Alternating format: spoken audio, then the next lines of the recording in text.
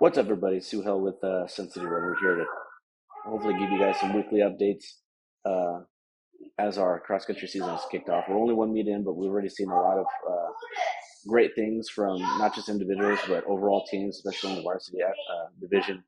At the Delvia Midnight Madness, we already saw Eastwood boys coming out full guns blazing, uh, low team score. But what was more impressive about this team was their 1-5 split. We had a 20 second split from the first and last runner. And I think this has already solidified themselves as being, uh, not just a powerhouse for El Paso, but in the state of Texas. I know we're only one meet in, but they currently sit at the top of the mile split rankings for best team average and split. And they're led by Noah Lowry, who came out in a 16:09, complete domination by him in the race. But from the boys' aspect, we still didn't see Franklin. They didn't race the first race, which we will see them all battle it out against Eastwood this coming weekend at the Invitational, and I'm really looking forward to that. Some of the other things I'm looking forward to out of the boys, someone that you got to keep an eye out for is Eric Gutierrez out of Pebble Hills. He came out, represented his school at their invitational and got first place with a 16:48. Led his team, and I think that's another team and athlete that we need to be keeping an eye out for. On the girls' side, we had a lot to work with. I think the Pebble Hills girls, who I had pretty high up in my predictions last year, their season might not have gone the way that they wanted, but I still think that they had a great season. They're going to come out this season, I think, guns blazing and showing that they can be a dominant team here at El Paso. Other two teams, obviously, we got Eastwood in the mix. They came out and took first as a varsity girls team at the Delvia Midnight Madness as well.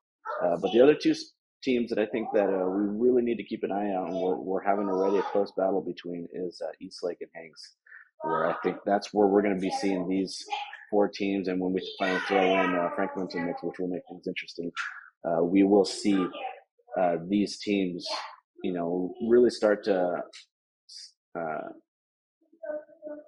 level the playing field and see who's going to come out for that top three when we get to district.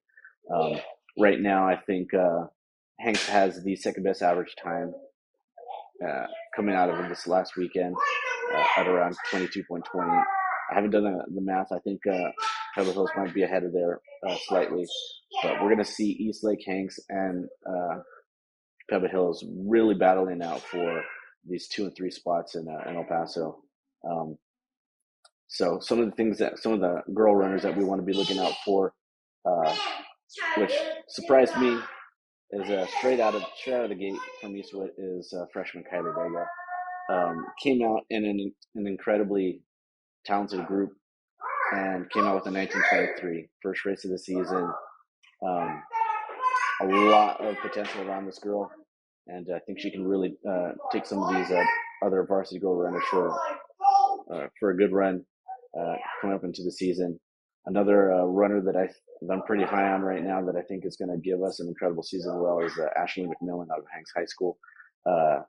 She was third overall at the Delvia Midnight Madness with a 19:50, another great time right out of the gate. She had an incredible track season, and I think she's going to be one of the girls that we need to really pay attention going into the season. And then another is Alexa Martinez out of Fabens. Fabens has been producing some really good distance girls these past couple of seasons, and that is another school that I would keep an eye on. But like I said, we haven't seen Franklin run yet, and we will see them run this weekend. So I got a lot of expectations coming out of the season in terms of excitement and what I hope we can get. So two meets this weekend. We got the Fabens Invitational, and then we got the kind of Invitational, and a lot to look forward to. It's shaping up to be a great season, and if there's anything that you guys would like to hear or see from me specifically, leave a comment below, and don't forget to hit that subscribe. And I hope to be getting you guys some more weekly updates.